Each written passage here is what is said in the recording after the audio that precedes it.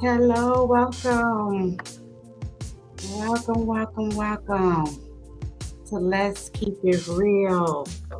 How everybody doing tonight? I'm hoping all is well. Everybody is doing good. Look, I'm trying to get you on get me up on Facebook. Let my supporters in the house. I don't always see who's viewing, so I'm hoping I'll be able to see some folks tonight. Hello. Let me cut the music off. What's up? Whew, somebody come on and say, thank God it is Friday. I don't know about y'all, but I had a long week. Man, I've been pouring into folk all weekend, and I am exhausted. Okay. We're going to chop it up tonight. I've got the topic tonight is, I don't know, figuring out distortion, something like that, unraveling distortion, right, in your thinking. We're going to keep it real tonight. We're going to talk about a real issue that's happening right now. And listen, some of you know who's following me that, let me get this straight. This look crooked to me. That our family, we lost a loved one, someone who has been struggling for like 8 years, right, after having an aneurysm. I want to say rest in God's arms to my sister-in-law, who was more than that. She was a sister, right? And her name is Lisa Thurman Duke. And I want to wish my family, I want to say to my family, the ones that stuck through with it with her, after she had the stroke, right? Sons that was right there, and her mom who was right there for the whole 8 year stretch of her being rehabilitated and having to end up in a nursing home. I want to say to her mom, Dolores Thurman, we love you, and you are truly a soldier. She was right there, and she has her own health issues that she have had to overcome, and she's still, through it all, um, took care of her baby, her daughter, And so, to Lisa's brothers, we love you, Paul. I don't know if you all will ever see this. We love you all. We love you, and Paul and Brian, we love you, and we're praying for you all. Will and Zach, we love you. My nephews. So that was my brother's ex-wife, and so in our hearts, we have lost a sister. Um, I have lost a sister, and my brother lost a real, true, dedicated. Not only she was a wife to him, but she, even when they had broken up, they were still as if nothing had never happened. So keep our families in prayer. But I brought that up. Let me read the disclosure. I need to read the disclosure, and I brung that up for two reasons. And one of the reasons is to pay homage to my people. And the other reason is because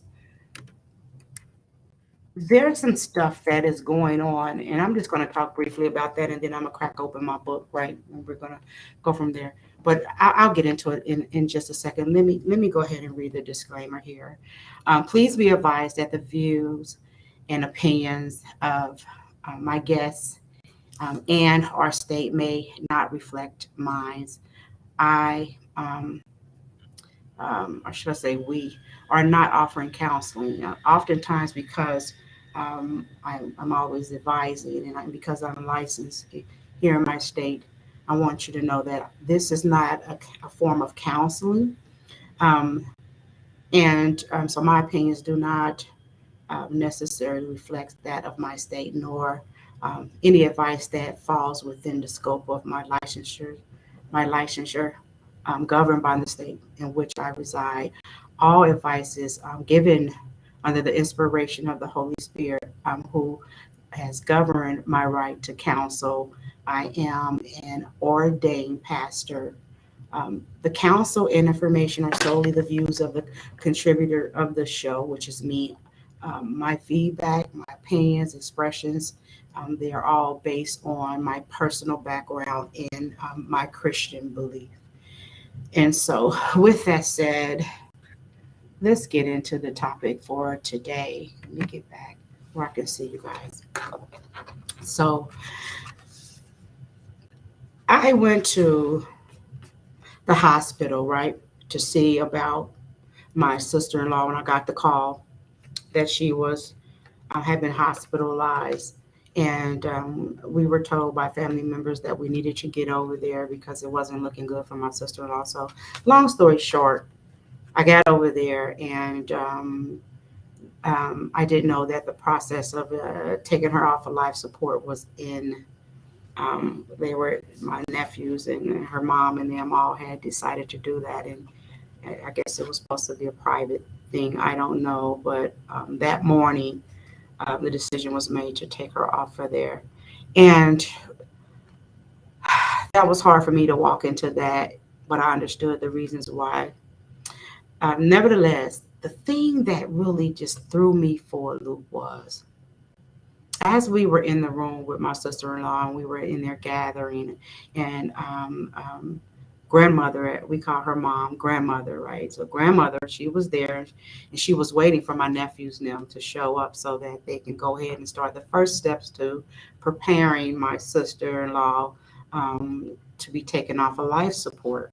And for you all that don't know what that means, is I guess it is like a two-step process. And so they take the person and they take them into, they do like perform a surgery. And don't ask me what type of surgery they perform because I couldn't tell you, honey. They just tuck her, and the plan was to take her to the surgery room, and then they were after they did that, we could go in the room and say our goodbyes and witness the them taking her off life support. And so we were in the room with the pastor and that grandmother had brought, to the hospital, and we were waiting for him to pray and maybe, do last rites. I assume that's why he was there once I found out what was going on, but he was called to do last rites. And so, as we were waiting for, my nephews and others who were coming to show up, the nurse came into the room where we were all gathering and said to the family, said to us, well, the team is getting anxious. And so they're ready to go ahead and start the first step in the process. Lord, y'all know I'm going to keep it real. There was so much I wanted to say at that moment, but I was on assignment and I didn't know until I saw what I walked into. So my first thought was, I'm sorry, excuse me, what was that you said? What did you say to the nurse? I look out the door and all these doctors, well, not doctors, all these technicians were outside the door, and they were waiting to receive my sister-in-law, right? So they were all waiting. I said, I'm sorry, what did you say? And she repeated it. I said, they're anxious. Did you say they're anxious? Anxious for what? They're anxious to end her life. They're anxious. I couldn't believe it. And it got deeper, right? It didn't stop there, honey. So after the pastor made it clear um, and said, don't worry about that. Come on. We're going to pray. And we're not on, they're not, we're not on their time. They're on ours. So the man of God did what he was sent to do. And so we leave there and we leave the room. Well, they come and get her and they take her to the surgery so that they can start the first stages of removing the tube. And so after about 10-15 minutes or so, they come and get all of us and we all, gear up and we walk to the surgery room, the operating room where they had her waiting, right? Laying there. And when we all go in and we say our goodbyes, long story short, and as she was taking her last breaths, um, the doctor that was standing at her head was no longer there, and it was another doctor. Maybe he looked like maybe it's Japanese or something, and I was right there and speaking in tongues in her ear and just walking her through, just praying her through from this dimension to the next. And so I hear after she stopped fighting, breathing. Some people say, well, that's the breathing pattern that they do when they die. Well, some people don't go through trying to catch their breath and all of that stuff. Some people just die. And some people try to catch their breath. And so, but it is classified as just normal, process of dying, right? So we pray, I'm praying, and I'm holding her at the top so I can feel her, you know. And so she stopped doing that, and then it was just slow, breaths. And so me and her mom is up there, and I heard, okay, that's it.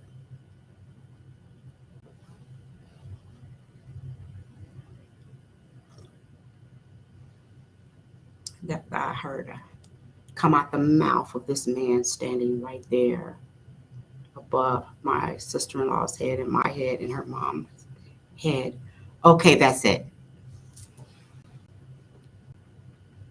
And I looked up and I said, no, it's not. She is still breathing. And then I hear some family members say, no, no, no, no, as if, no, Chantell, no, no, no, as if I'm about to just spaz out or something. I don't know what they were thinking, but I just knew that at that moment that we deserved that moment. We not deserved it, but we deserved that moment. We had a right to be there at that moment until we were okay with letting her go, and we were. I brung that up and I shared that with you all to say this: something is going on in these hospitals. Now, I remember when COVID hit and all those bodies were scattered throughout the nations, right? Throughout in these hospitals, and people were dying so quickly in the hospitals, and there were so many bodies that they didn't have time to maybe do the entire process of confirming that someone was dead or whatever. I looked up and I Googled, how can you tell or how do you determine when someone is dead, right? And the first thing that I read, I think it was like 5 different steps. But the first one was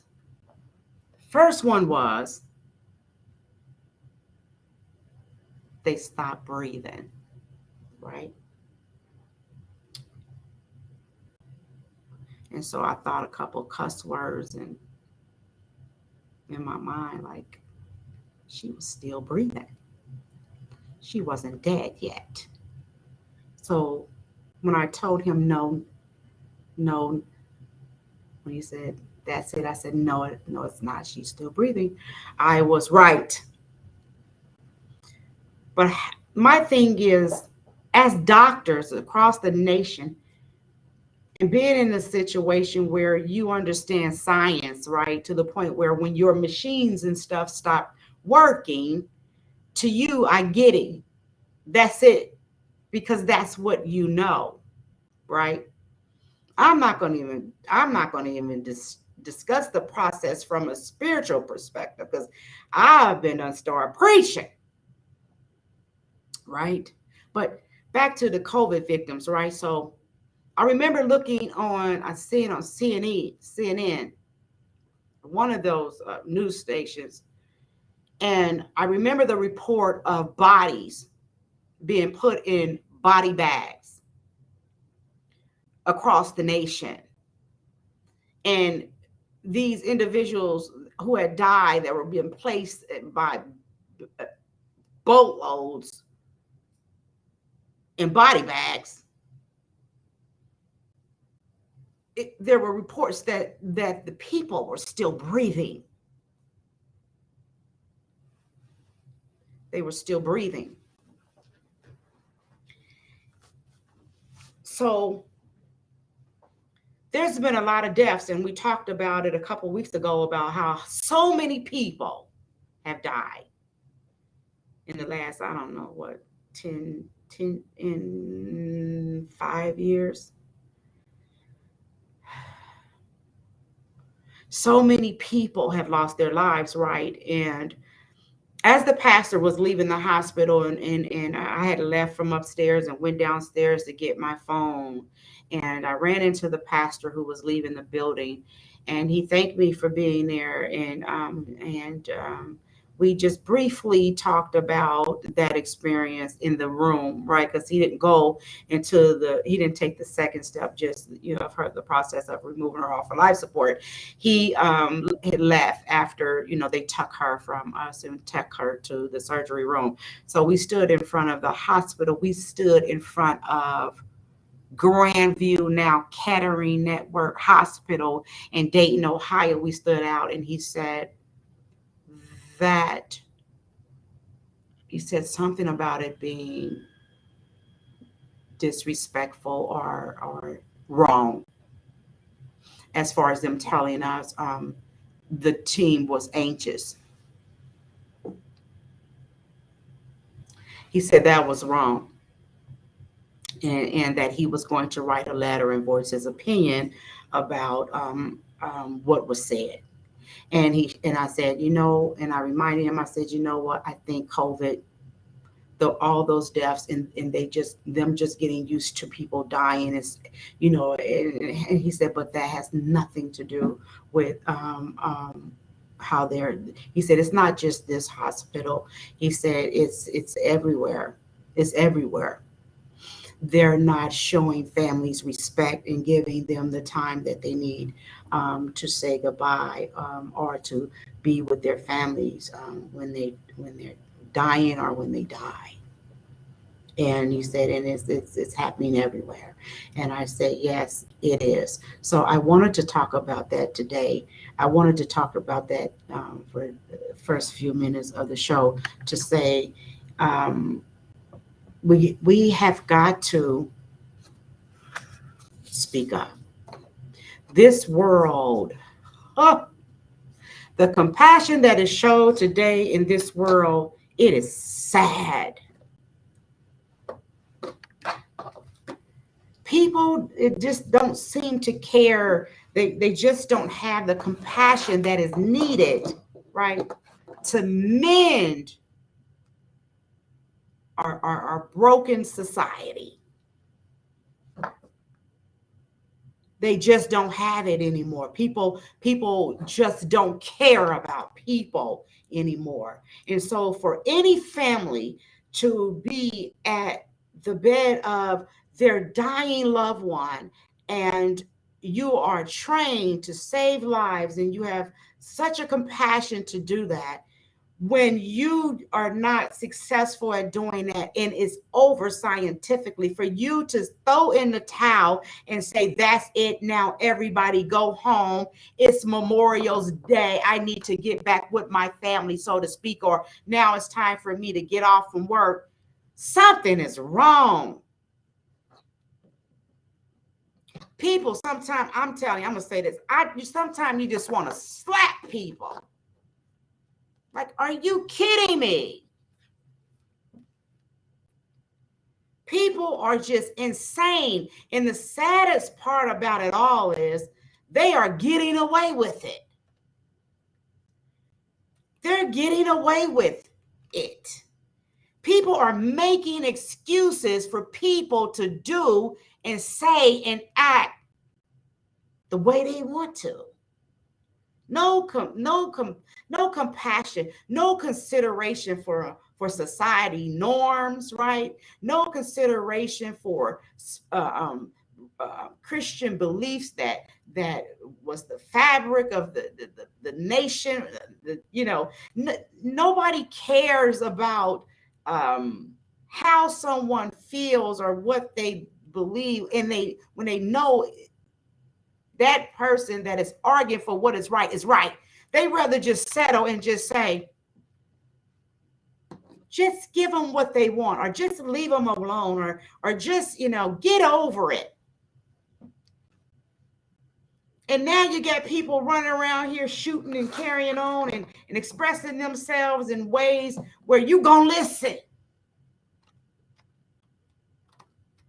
Because now you got people that haven't been heard finally speaking up on the front lines, and they're saying, yes, because we've been victimized or we're going through it, we deserve this, and give us everything, and it doesn't matter how society is affected. And you got the scary one saying, yeah, just do it.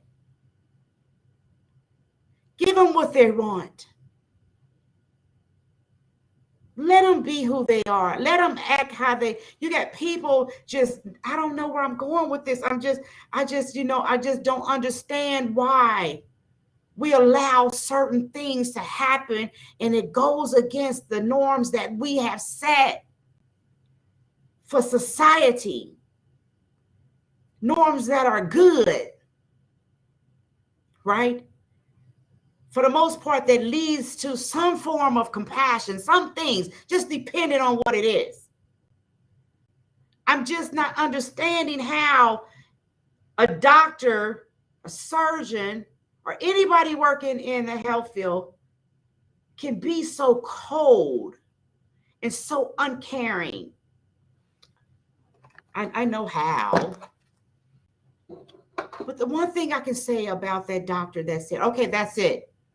That surgeon, that doctor, because he's the one that probably administered the fatal medication, right? Because they give you like Ativan and what's the other one?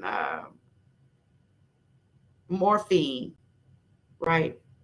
To just go ahead and finally kill you. When you give somebody permission to pull the plug, there's a process. They're just not going to pull it out and you're dead. That's kind of that song. Sometimes it's a process, and they give you what they call comfort meds, but that last dose is fatal. And no matter how much you're trying to breathe and none of that, honey, they going to just go ahead and just go and take you out because you done told them to pull the plug, right?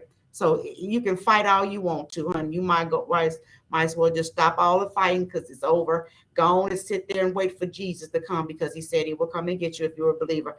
Go on and wait for Jesus to come and get you when you transition from this dimension going to the next. If you're a believer, Jesus is going to come and get you. If not, I don't know who's going to show up. But I tell you, it won't be Jesus, right? If you're not a believer. I believe that as a Christian woman.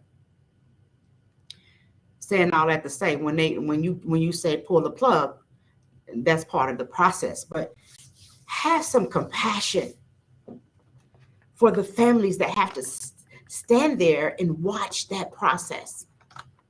Have some compassion, because you never know how that person is going to respond once they leave the hospital.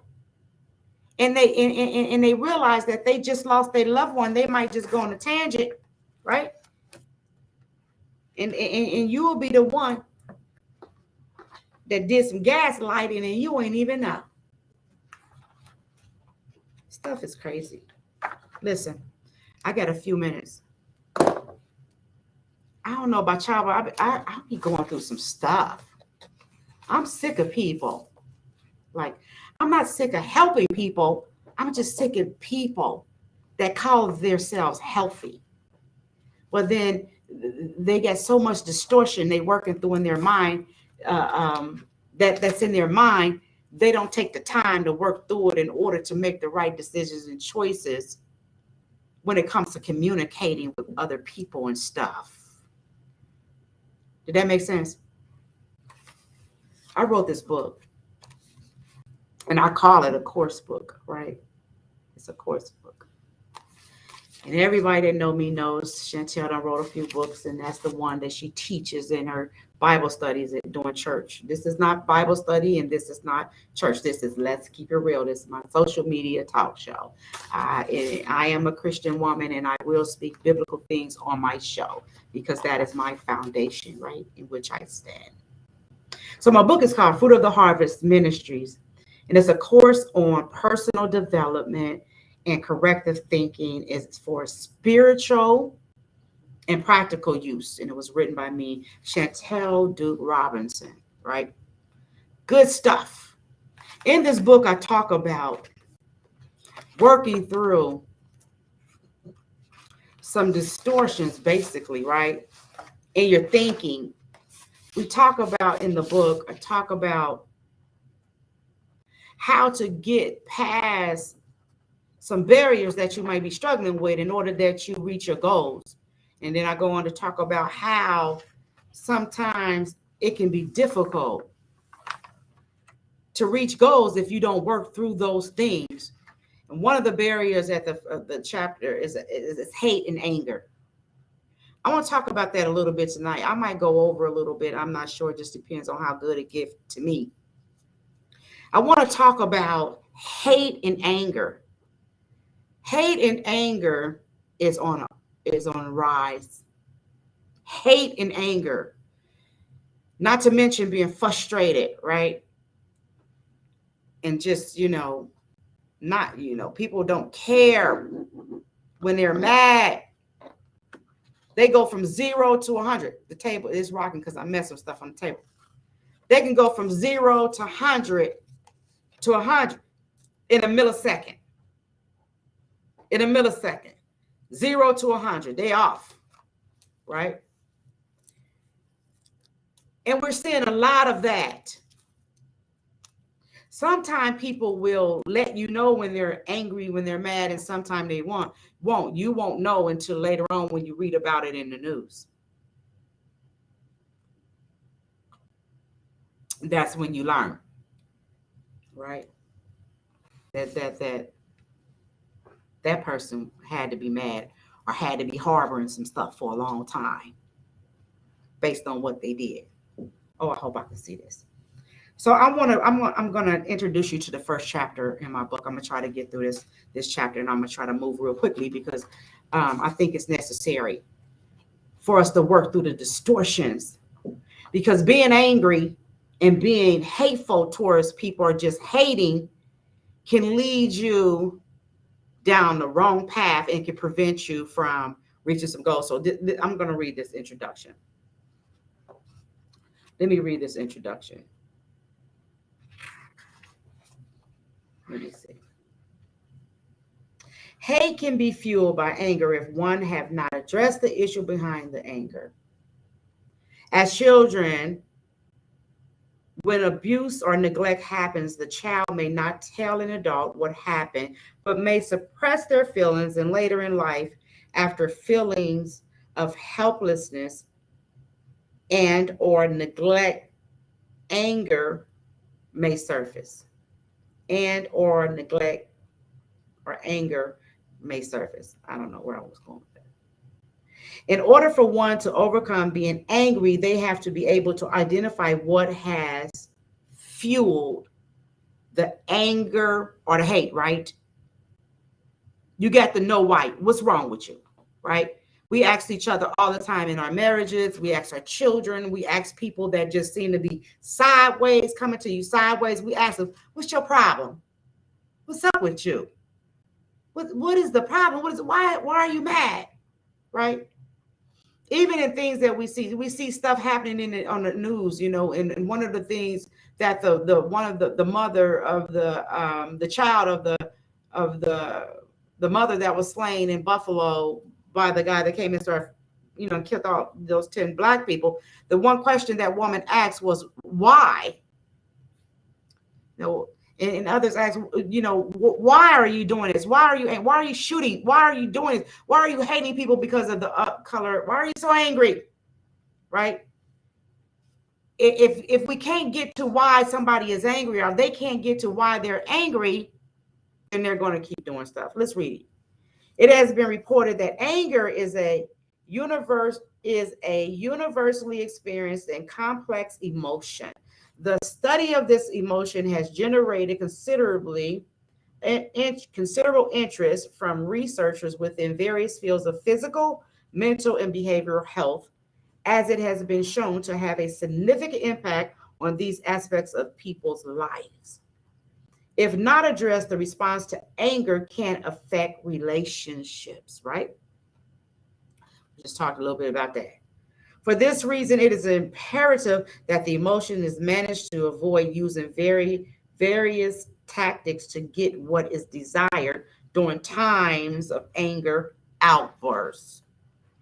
This lesson will help you identify if you have anger/hate issues and educate you spiritually and practically during discussions and one-on-one sessions on how to correct your behavior by teaching you skills to manage your anger and how to eliminate your hate towards others.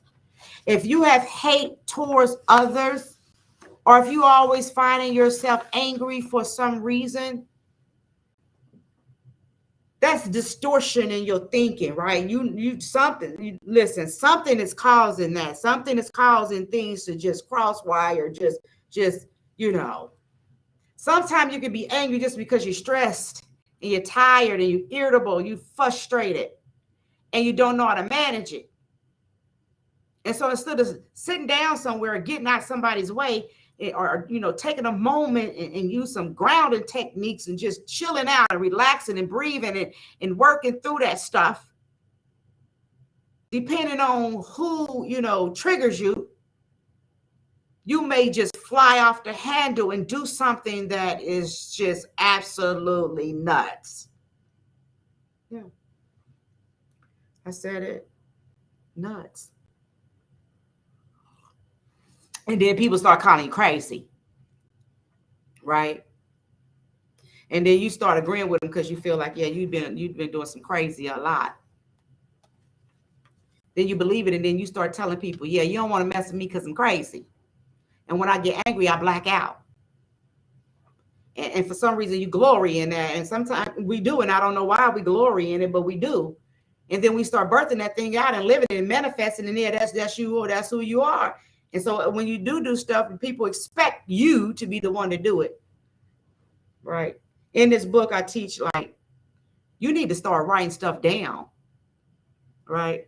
We need to start working through the distortion. And one of the ways of doing it is to start working through that stuff. I I've gotten to the point in my life, I don't want to deal with people that are not spending time with working through the distortions in their mind, because guess what? When they get around you, that's negative energy and you can pick up on it and it can weigh you down. Other people's anger and frustration and being angry and, and them not knowing how to deal with it, it can drain you as one that would love to help them, right? But you can't even get them to help themselves. It can be draining. So I've gotten to the point now where I don't want to be around that. I work with people and I teach people how to work through, anger and things like that, so that they can, they can start reaching their goals and stuff. They can come off of, alcohol and other substances, stop using illicit drugs and stuff. I teach people, and some get it and some don't. So as sometimes I'm just planting seeds and I have to wait and pray that Lord send somebody to water wherever they're going, and they end up before they end up dead or hurt somebody. Lord, send somebody to water that man or that girl to get, they might help them because they weren't able to. Lord, help them. So to be outside of my job and having to deal with that with the people closest to me, and or just people within our community, and I'd just rather go, because it is absolutely draining. We have got to start working through our distortion, our thinking. It's okay. Listen, as a Christian woman, and the Bible says it's okay. It's okay to be angry. But then the scripture goes on to say, but sin not. So you can be angry, but sin not. And so, and that's where we go wrong. As we sin, meaning we do something that's going to go against what's right. Go against, if you're a believer, a Christian believer, you're going to do something that's going to go against what God has commanded. Right? You're going to do something God has commanded you not to do. Kill, steal, destroy. We have to start writing this stuff down. We have to start spending some time with ourselves. We have to eliminate the people around us who are causing us to be angry to the point that we are having outbursts. Because if we don't get a grip on it and we continue trying to get up every day and deal with that issue, that situation, then more than likely you're going to continue to be triggered to respond in a way that is not healthy for you and can be unhealthy for someone else. So if you really want to change and you want to do something different, than what you want to do is get you somewhere and get you a tablet, a book or something, I don't know, write in the sand like Jesus did, whatever you need to do to bring it in. So you can ask that question to yourself. Why am I angry? What is going on? Sometimes we don't even know, honey, that you might be so stressed because you don't worked hard all day, hours and hours. You're tired, you're frustrated, you gave everything to whatever it was that made you that way. And now you just want to relax, and your kids and stuff might want to come around and spend time with you, or your husband or your woman or whoever it is. And they're just trying to be close or whatever. And you done ran them off because you don't even realize you biting, right? Because you're tired. You're not able to listen to them because you're tired. And that's why you're angry. Maybe some of you are not eating right. You don't have enough to eat. And so you get irritated and you're tired. Some of you might have other addictions and stuff, and you're not able to get what you need so that you can get to that place where you've self-medicated. And so now you're angry and you're mad. You can't get what you want. You need to get some help,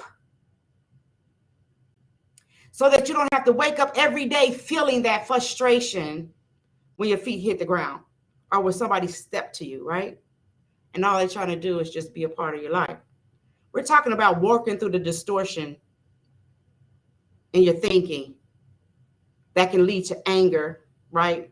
Or that has led to you just hating folk, right? Don't want to be around people. That's what we're talking about. So I'm saying Google, right? Journal, not Google, journal. Start journaling.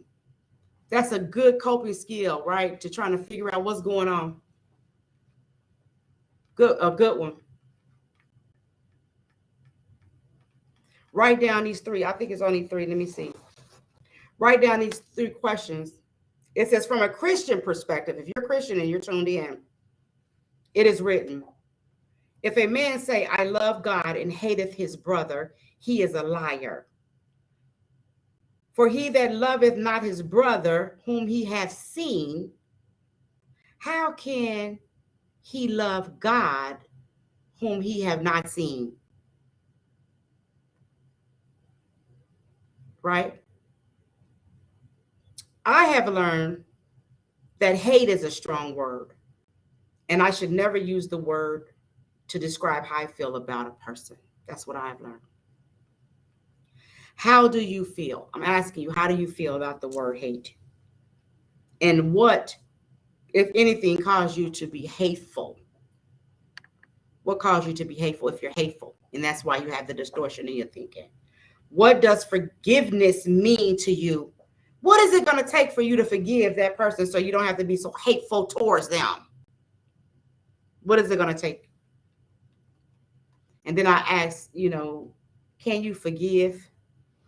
Can you forgive? Think about it. What is it going to take for you to forgive them? And can you forgive them? Is whatever that caused your mind to be so distorted regarding, anger, where did that come from? Where is it coming from? Start journaling, start writing. You'll be surprised. Start with your childhood and just keep writing, all the pain and all the stuff and everything that you can remember that was said. And you'll see where it started, right? 3 questions. I want you to answer these questions.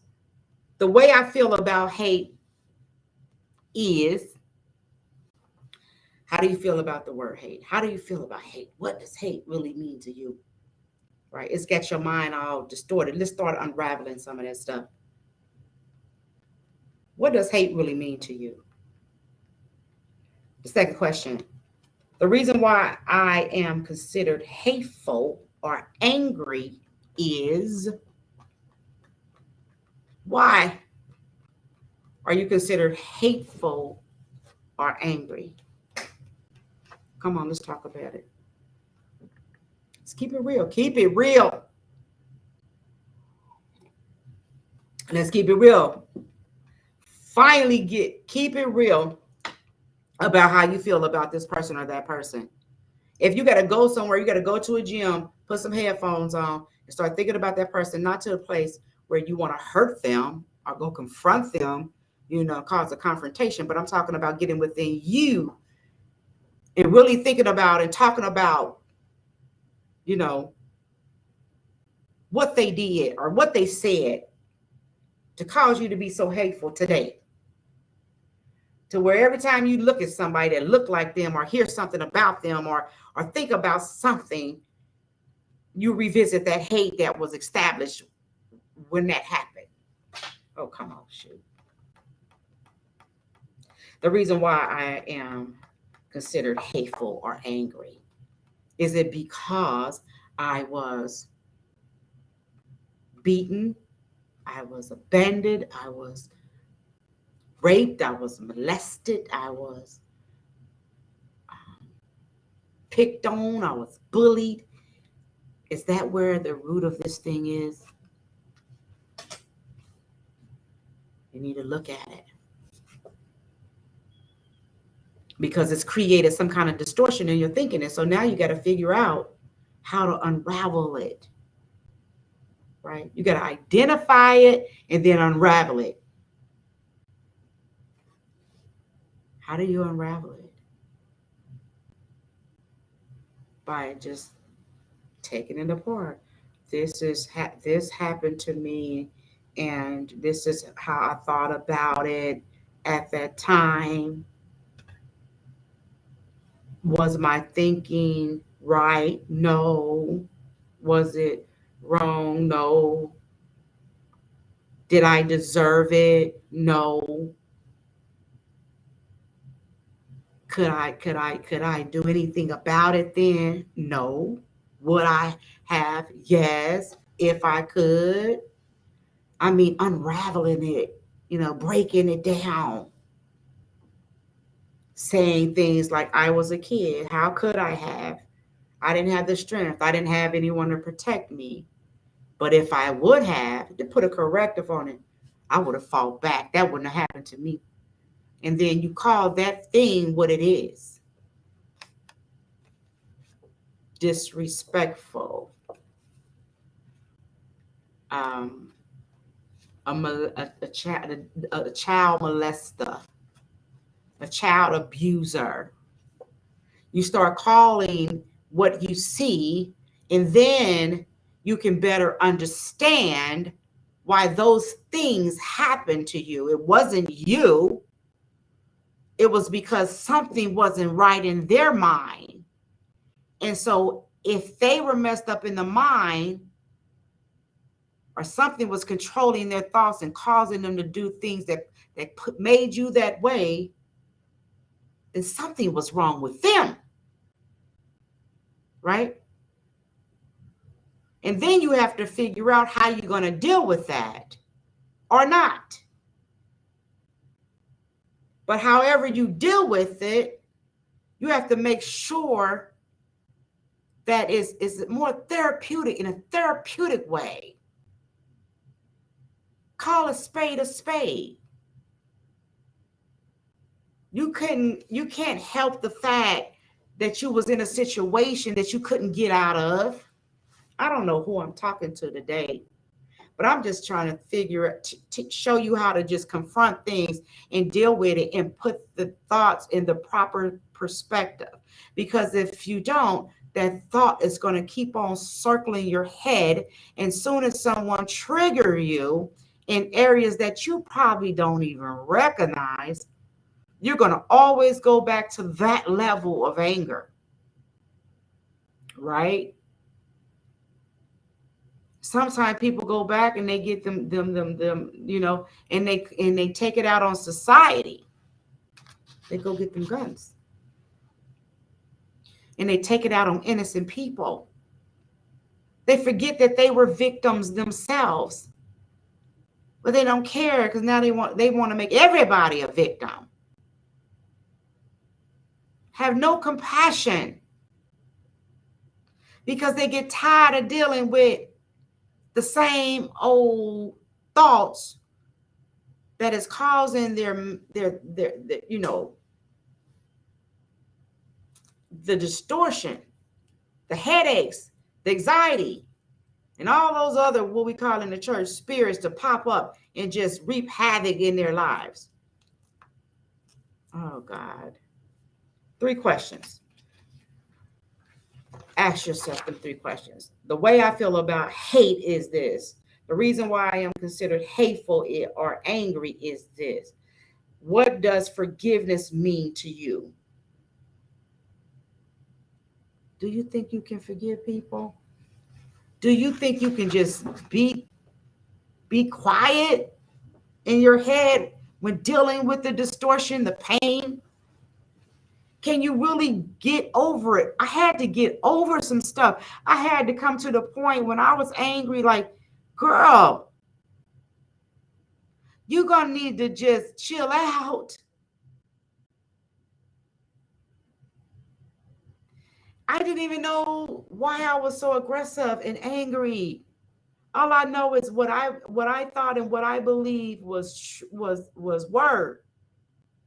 And so anything that, or anybody that said something to hurt my feelings or to hurt me, try to hurt me or did things to me, I was angry and I acted out, violently in some cases.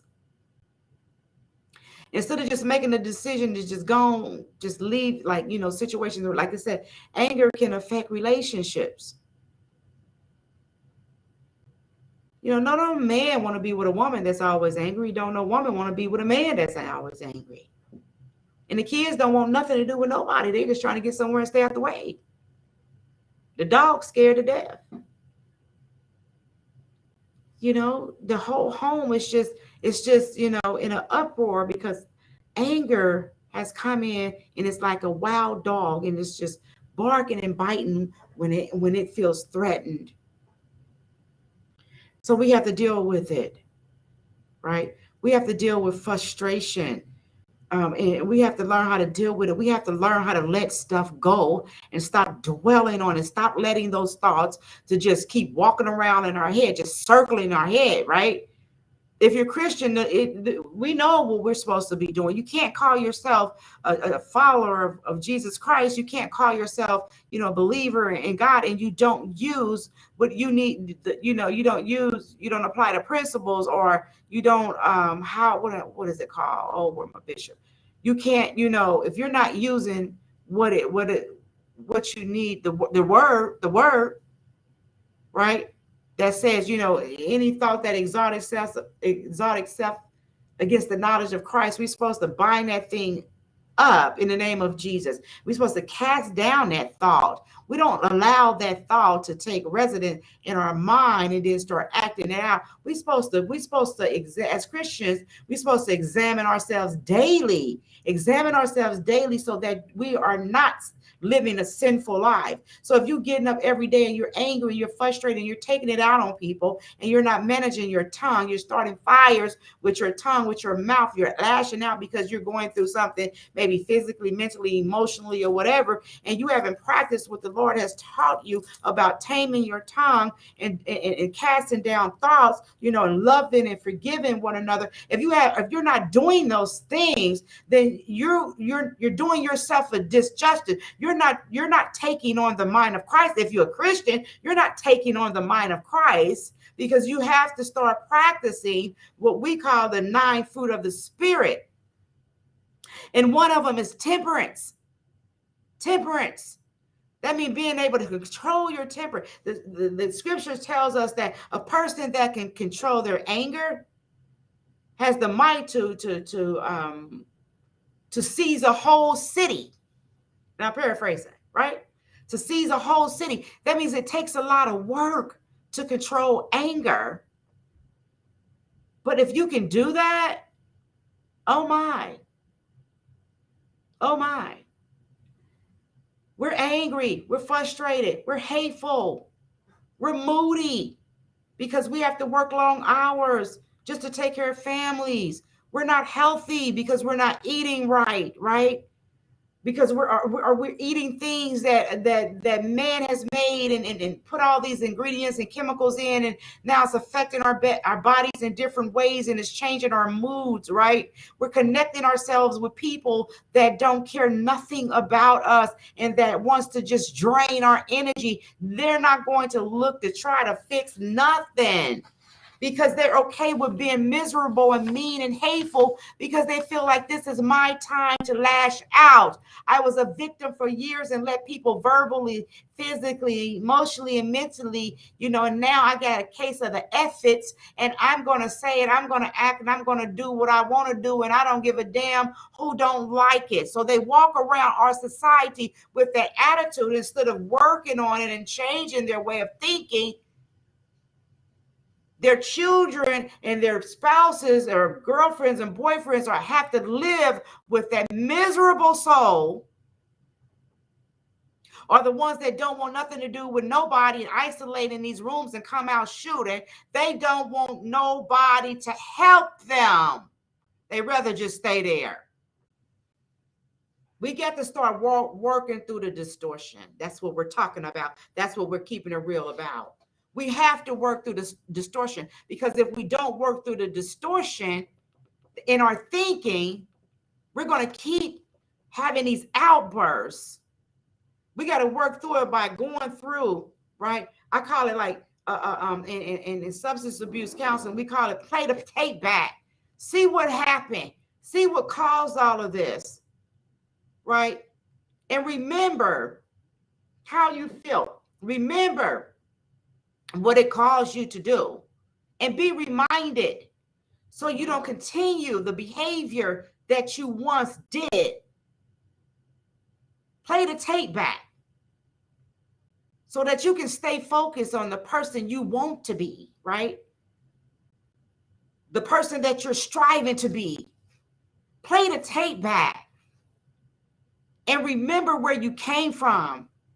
Remember what it looked like to be in that darkness. Play it back when you're doing a little better, right?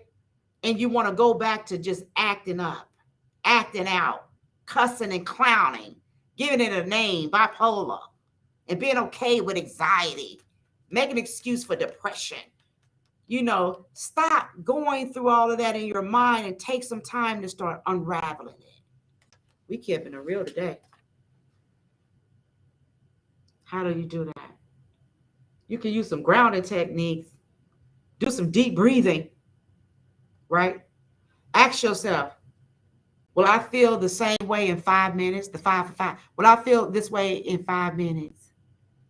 Wow, is it that serious? Am I going to feel this way, in 5 months? Am I going to feel this way, no, let me go back. In 5 weeks? Am I going to feel this way in 5 months? Am I going to feel this way in 5 years? Come on. Do some grounding, deep breathing. If you want to learn some more about grounding, I wish I would have wrote some stuff down. Google it. Grounding techniques. It's time for you to start. You ain't got to go to take an anger management class. Go get my book on Amazon. $20. It has skill building cards in the back of it, quizzes, final test. It's got pages where you can write in it for journaling. It has a worksheet in there that you can do. Discussion sheets. It's got a lot of good stuff in it.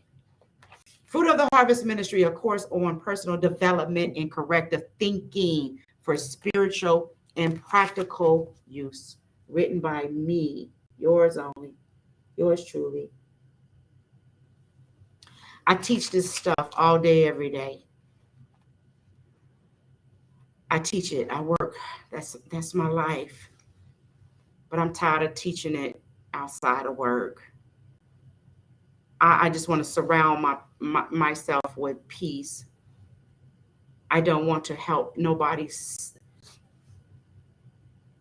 unravel anything when I come. By the time I come home, I just want to lay my head down because I've been helping people unpack their stuff mentally all day. And not only that, giving them solutions to help them to do better. I love doing that at work. I hate doing it in my house because I feel like people should get it. They should know how to fight to be sane, right? And we're going to have to fight through the distortion in our thinking in order that we stay sane. Because we're living in a world right now that we can easily go insane. I hope if God listen, if we're not, listen, I'm a Christian, so if we're not grounded in that word, I got to go back to that, right? I got to go back to that.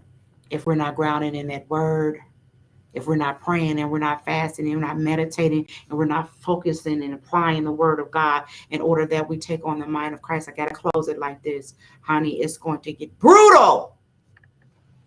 It's going to get brutal. You ain't seen nothing yet. If you don't get the distortion, I told my sons today, they just average people, they kick it, they hot heads. And I said, listen, stay away from me. I don't want to be bothered. I just don't. You ain't going to listen to Jesus. You ain't listening to me. I told them, I can't. You whole grown men. You're whole grown men. Whole grown men. I'm keeping it real. I'm too old. I done been through cancer, diabetes, all kind of stuff, honey. Heartache, heartbreaks, transitioning from the world to Jesus. And I done been through enough, honey. I done been through surgeries and all of that. Go on, get away from me. Leave me alone. I need to focus on peace, joy, and happiness through the Holy Spirit. And I'm not about to let nobody, honey, not even a dog, drag me down. I'm gone. I love y'all. You've been tuning in to Let's Keep It Real, Fridays at 7 o'clock with your host, Chantell Duke-Robinson. God bless you. See you next week.